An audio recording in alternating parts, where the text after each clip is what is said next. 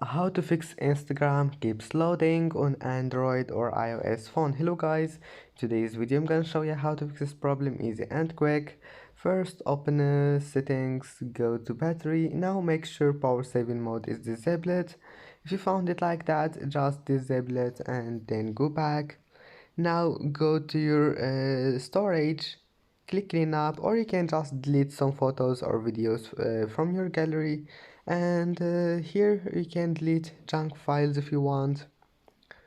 And now just go back and try again, and if that doesn't fix your problem, now go to App Store or Play Store and make sure your Instagram is updated. If you found your update, just click on it, and if that doesn't fix your problem, then this one is for Android phones. Go to apps again, type here Instagram and click on it, click force stop and go to storage, clear cache.